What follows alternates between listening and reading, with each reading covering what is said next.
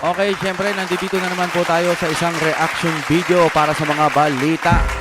Ayun si X na talaga nakalagay Congressman Kiko Barsaga, mga batang adik noon, school shooters na ngayon. Kailangan na talaga ng bansa natin ng war on illegal powder. Alam niyo naman ngayon sa panahon pabata ng pabata yung gumagawa ng krimen. Tapos yung bata hindi pa pwedeng panagutin hangga't hindi pa sila 18. Minsan kadalasan pala yung mga minor de edad, yun yung ginagamit para gumawa ng masama. Maabsuelto pa sila, hihintayin pang maging 18. Ewan ko lang para sa akin, dapat kung may pananagutan ng mga bata, minor de edad, pero wag naman sobrang bata. Pag nakagawa ng krimen, pwede rin ikulong sa mga bata din. Hindi naman sisirain yung buhay dapat panagutin yung ginawa nila. Para sa akin lang, meron kasing hindi sinasadyang kasalanan, meron namang sinasadyang kasalanan. Ayun, dumako na po tayo sa ating mga balita. Ayun nga bago tayo sa main news natin ng Pinas News Insider, eto, nakikiramay po tayo. Joel Villanueva in the house, man!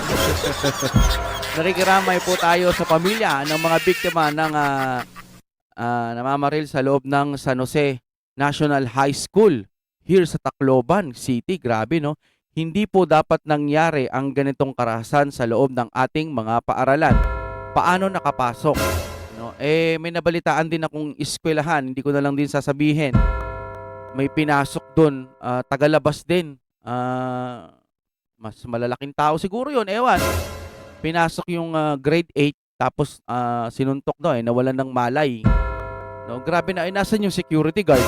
Alam mo kasi natin na yung mga pag nasa school ka na, nasa loob ka na ng paaralan, safe na di ba? Pero bakit nagkaganon? Dapat kung halimbawang kakain yung security, dapat may kapalit muna. Na bawal talagang pumasok yung mga taong hindi naman kilala or walang ID na magpapatunay. Ba't ka papasok o kaya naka-login? Na logbook ba tawag doon? Wala. Anong nangyari sa mga school na ganon? Ito lalo na mas malala, Bata pa lang siguro may mga atraso, mga ganyan, mga pag-ibig, mga mabababaw na atraso, sinasayang ang buhay. Pero yung nandito si Senator Joel Villanueva pa. Wow! Tama naman yung sinabi mo, Sir Joel, pero pag nanggagaling sa'yo, parang nandidiri na ako Parang hindi ko na masasabing tunay kang may malasakit para sa mga kabataan o para sa bayan. Kasi kung totoong may malasakit ka, hindi ka taga-kabila, di ba? Nanggaling. Para tuloy ang nangyayari, alam mo, pakitang tao ka. Yan lang ang yan lang mga kapatid. Okay, dumako na po tayo sa ating main news for today. Ito na.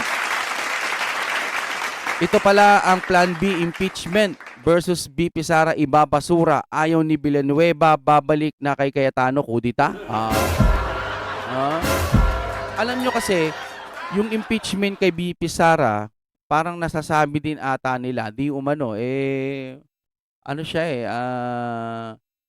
labag sa rules or parang hindi karapat-dapat. Sabi nga parang kailangan ng 16 vote. Ewan ko, may 1/3 na yan. Ang nakikita ko, mukhang sa impeachment ni BP Sara, susubukan nilang magbendalo. Yan ang nakikita ko yan. Okay, i-play na natin mga kapatid. Ano ang meron dito? Ito ang balita ngayon. Trending at pinag-uusapan ngayon sa mundo ng social media. Ang di umano'y balitang matapos ang tila panghudas di umano sa kampo ni Alan Peter Cayetano at tuluyan ng sumanib sa Actually, hindi siya di umano Totoong nang hudas talaga siya hanay ni Gatchalian at matapos tila nagbanal-banalan para lang sa mata ng taong bayan. Di umano'y ikaw ay malinis. Senator Joel Villanueva tila sinampal na ng karma at halos isumpa na di umano Grabe. ng taong bayan matapos lumipat sa kampo ni Wen Gatchalian. Persona non grata, ipinapanawagan na ng taong bayan. Pero bago ang lahat, kung bago ka pa lamang sa aming channel, please huwag kalimutang mag-like, subscribe at i-click ang notification bell para mas maging updated ka pa lalo sa lahat pa ng bagong video na i-upload namin. At eto na nga mga kababayan. Ayon pa sa kumpirmadong balita at nakalap naming source, hinangaan noon, hinasusuklaman na ngayon. Villanueva halos isumpa ng netizen matapos lumipat sa kampo ni Gatchalian. Hanggang ngayon, hindi pa rin humuhupa ang galit ng ilang netizens online matapos ang paglipat ni Senator Joel Villanueva sa Gatchalian Block na siyang naging dahilan upang maihalal ito bilang Senate President at tuluyang mapatalsik si Senator Alan Cayetano. Yes. Sa kani-kanilang reaksyon online, kung hindi laugh, tila angry reaksyon ang kanilang ipinararamdam sa senador na anilay malinaw na mensahe na hindi nila malilimutan ang umano'y katrayduran na ginawa ng senador. Ayon sa kanilang pahayag, ito na sana ang pagkakataon ni Villanueva na linisin ang kanyang pangalan Yes. sa mga aligasyon at kasong ibinabato sa kanya. Ngunit ang kanyang naging paglipat sa kampo ni No. Gatchalian ang isang anilay palatandaan na posibleng may katotohanan ang Oo. pagkakasangkot ng kanyang pangalan sa mga korupsyon, particular sa flood control. Kasi ganito, kakasuhan daw siya. Nung lumipat siya, kakasuhan pa ba siya? O itutuloy pa yung kaso sa kanya? Hinog na hinog na? Ano na ho ang balita nun? Tutuloy pa ba? Lumipat na, kakampi na eh. Di parang wala na. Kung hindi siya lumipat, siguro baka kulong na rin to, di ba? Tulad kay Jinggoy. O baka suspendido na rin to. Yan ang nakikita ko dyan. Ewan ko, walang paninindigan to si Joel. Dagdag pa nila, kung walang itinatago si Villanueva, bakit ito matatakot na makulong Tama, o tama. magpapadala sa mga kasong isasampa sa kanya? Isang tanong Correct. na nagmarka sa taong bayan na mas lalong nagpaigting ng galit nila Yes. sa senador. Kasi parang sinasabi mong totoong may kasalanan ka eh. Diba? O, kakasuhan ka. Ay, nako, parang di ako kasuhan. Kailangan lumipat ako sa kabila. Di abiswelto na. Parang pinatunayan mo na rin na meron ka talagang kaso. Meron talaga, kumbaga legit. Yung ibinibintang sa'yo, baka naman totoo. Baka naman totoo. Kasi nga, lumipat ka eh. Diba? Kung talagang wala kang kasalanan, haharapin mo yung kinakaso nila sa'yo. Parang naiipit dito. Di ba haharapin mo kung ano man ang ibabato nila sa'yo. Tulad ng ginawa ni Jinggoy. Ikaw duwag. Para ka rin si Tis. Ngayon, tampulan pa rin ng galit at alaskahan online si Senator Joel Villanueva na pati ang kanilang relihiyon ay ginagawa na ng katatawanan sa social media. Nasira na tuloy ngayon yung Jesus is Lord ninyo. Ilang netizen ang nagbiro, hindi na daw Jesus is Lord ang ibig sabihin ng jail, kundi Joel is ligtas. Ayon sa Pangulo, Joel is ligtas. nagpa-special session siya ng Kongreso dahil may mga napaka-urgent na bills. And in fairness, meron naman silang mga pinag-usapan na tungkol doon sa mga nasalanta sa last earthquake. Pero syempre, ang unang-unang naipasa ay yung para maideklara na Bulaklak. na Waling-waling. national orchid ang waling-waling. Grabe talaga tong gobyerno to. Putya, talaga pagbangag ang namumuno, putya, pagtitripan ka eh. Parang nakakagago lang. Diba? Hindi pa rin ako makamubon sa waling-waling national orchid na siya. Pwede naman yun eh. Putya, ang daming nagugutom, ang daming naghihirap ngayon. Putya, uunahin mo yung waling-waling national orchid. Di ba ang gago nun? Hindi ba gago yun?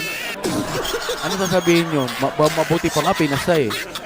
Mabuti nga may nagagawa ang Senado. Malaking bagay yun, waling-waling. Paano mo pagtatanggol yun? King ina, di ba? Nakakagago lang mga kapatid. Daming pwedeng unahin. Daming problema ng ating bansa. Ngayon lang dapat nga ipatupad na yung ang tawag dyan, yung mga kabataan na tulad nung kanina, di ba? Bata pa lang pero gumagawa na ng mga hindi magaganda.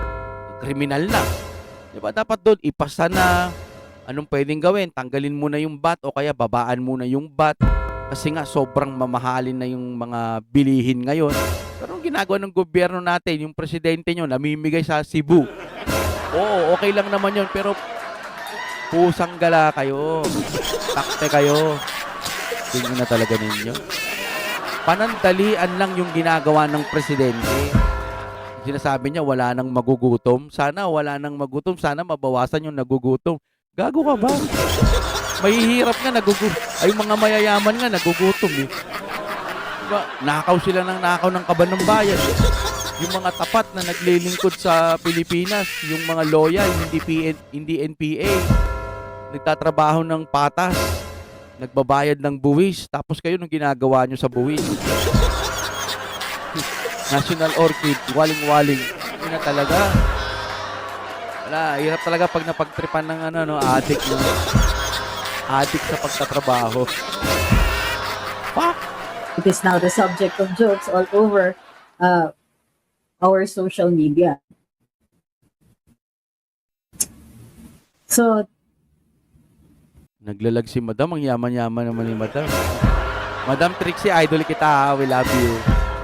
Ano kayo? Magpalit kayo ng internet nyo. Yung mabilis.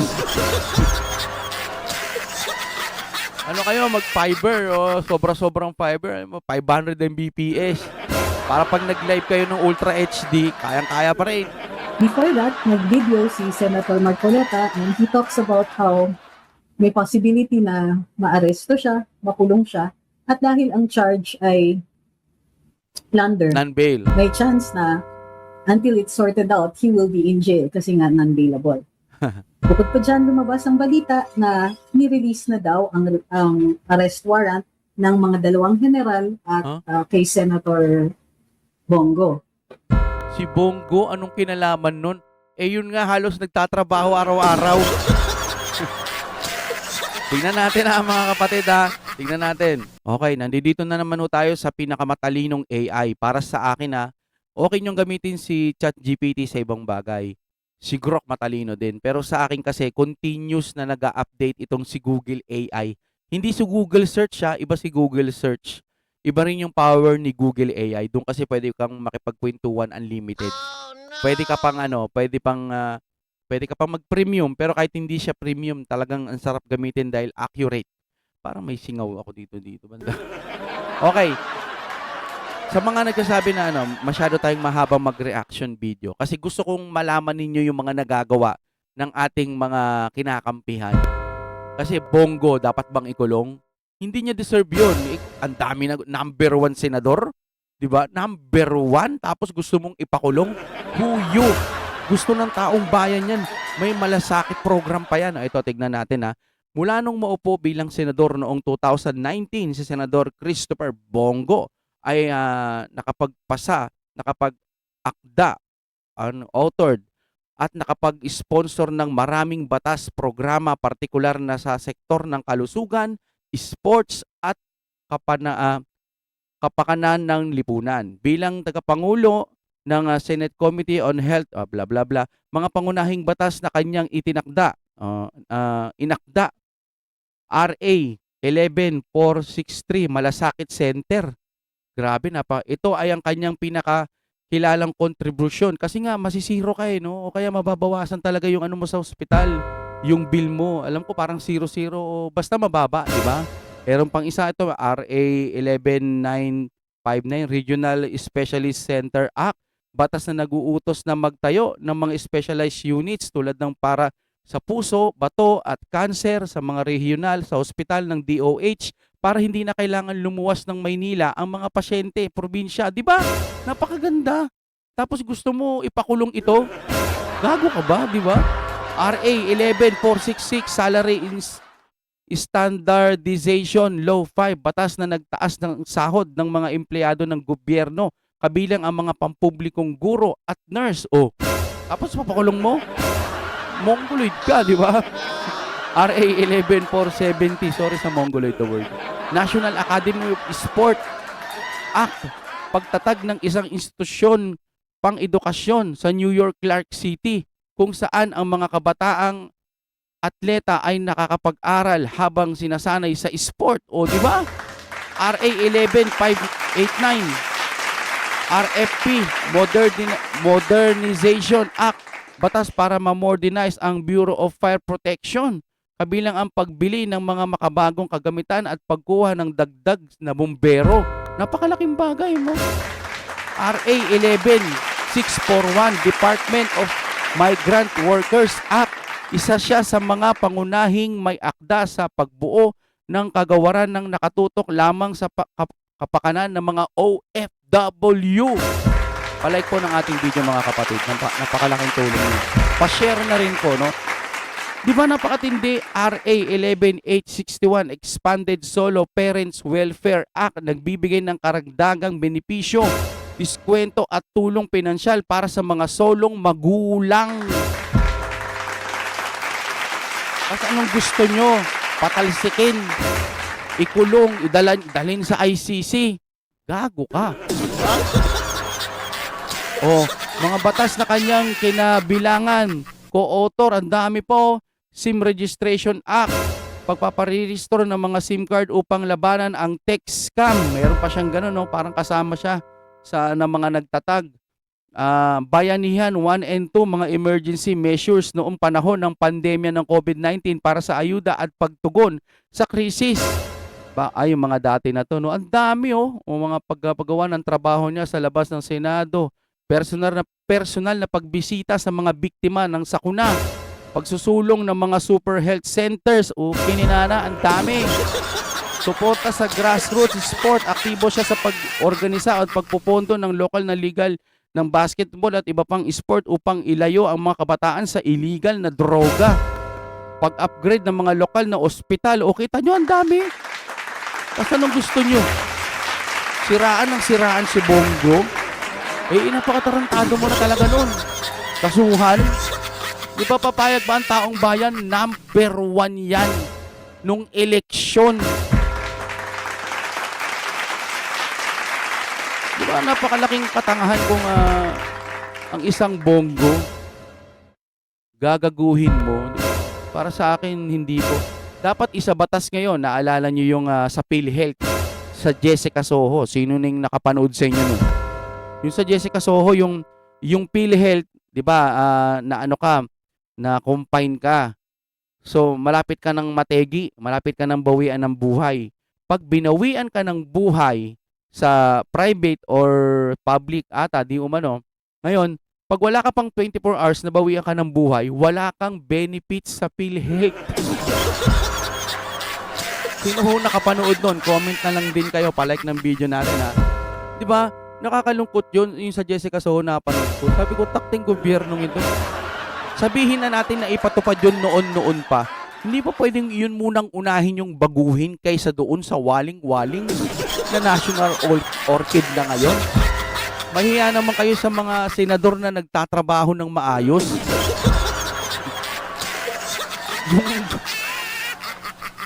mga mongmong, no? Diba? Oh, meron pa nun, bata, nabawian ng buhay. Talagang napakasakit sa puso, mamatayan ka ng anak, di ba? Oh, walang 24 hours. So, paano yung benefits nun?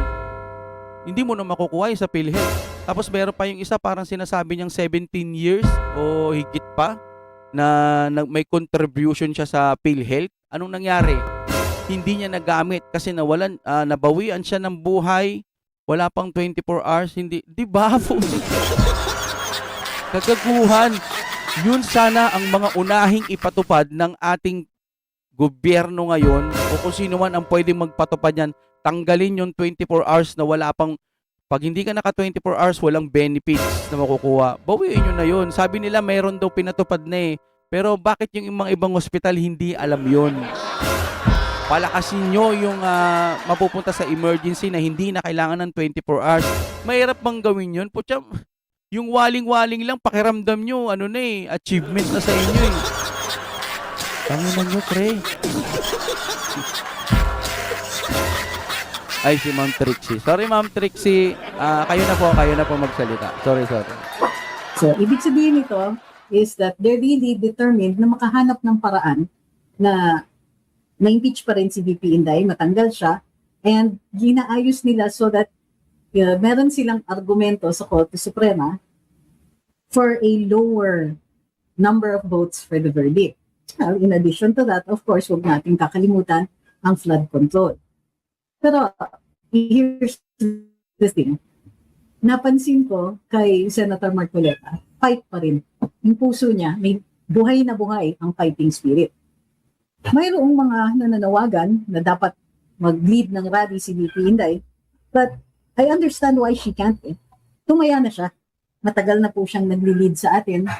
Matagal na pong tumaya ng buhay, ng career, ng reputasyon when she walked away from the Marcos administration. Now, the reason she's not leading is because she cannot ask it of us. Hindi niya mahingi sa atin to put ourselves in harm's way. Hindi niya kayang i-request sa atin na ilagay natin ang sarili natin sa peligro, tapos siya yung uupo. So, this was almost exactly what President Duterte said before, na paano ako mananawagan ng Marcos resign? Paano ako mananawagan na bumaba Ayan, na si Marcos? Oh. Anak ko yung Taragis niyan, Ma'am Trixie. Ang ganda-ganda ng sinabi mo, tapos nag-lag. Tingnan natin dito. tapos siya yung uupo. Oh. So, this was almost exactly what President Duterte said before, na paano ako mananawagan ng Marcos resign? Paano ako mananawagan na bumaba na si Marcos? Anak ko yung Chapi. uupo. Napaka-importante nung sinabi niya rito. Yung mga namili na manahimik, namili na hindi lumaban sa overreach ng executive into Congress. Ma'am, magpa-internet kayo yung mabibilis. Sana mapanood tayo ni Ma'am Trixie nating mahal. Dahil, siguro naman mapipera na tong mga attorney nating idol. No? Love na love natin yan eh. Palit po kayo internet. Kung niloloko kayo ng internet nyo, magpalit na kayo ha. Isang gala naman. Dito muna kayo sa sa Fiverr ni Juan. May Fiverr. I-advertise nga natin ito. Baka abutin na sa lugar ninyo to. Ayan Ay. Saan na ba yun? Walang direct ha. Wait lang. Wait lang po ito. Kung gusto nyo naman ng mura na at mabilis na internet, nandito na ang Fiverr ni Juan. Maaasahan, kaya tawag na. Baka meron na sa inyong lugar ang Fiverr ni Juan. Yun. Sa screen ninyo, post nyo na lang ha. Para hindi ba bagal-bagal ang inyong internet. Okay? Ayun nga, hanggang dito na naman tayo mga kapatid. Basta tayo iisa ang ating mga puso, syempre Duterte pa rin. Hindi naman sasarado ang isip natin. Nakikita kasi natin na maraming ginagawa po ang ating BP Sara, ang mga kaalyado nito. Kaysa dun sa kabila na puro pangako lang, meron pa silang papunta-punta ng Cebu, tas magpapakain sila, ayuda, etc. Pucha, band-aid solution lang yan. Ang gusto natin, pag-unlad sa Pilipinas. Huwag po kayong basta-basta magpapasilaw sa mga ganyang panunuyo kasi nila yan eh. Para masabi lang, barya-barya lang po yan eh. Barya-barya ba? 1 million, 2 million. Pucha, mga kapatid, ang ninanakaw po nila, bilyon. Okay, maraming salamat po sa inyong panonood. Huwag niyo pong kalimutan mag-like sa ating video at i-share. Maraming salamat po.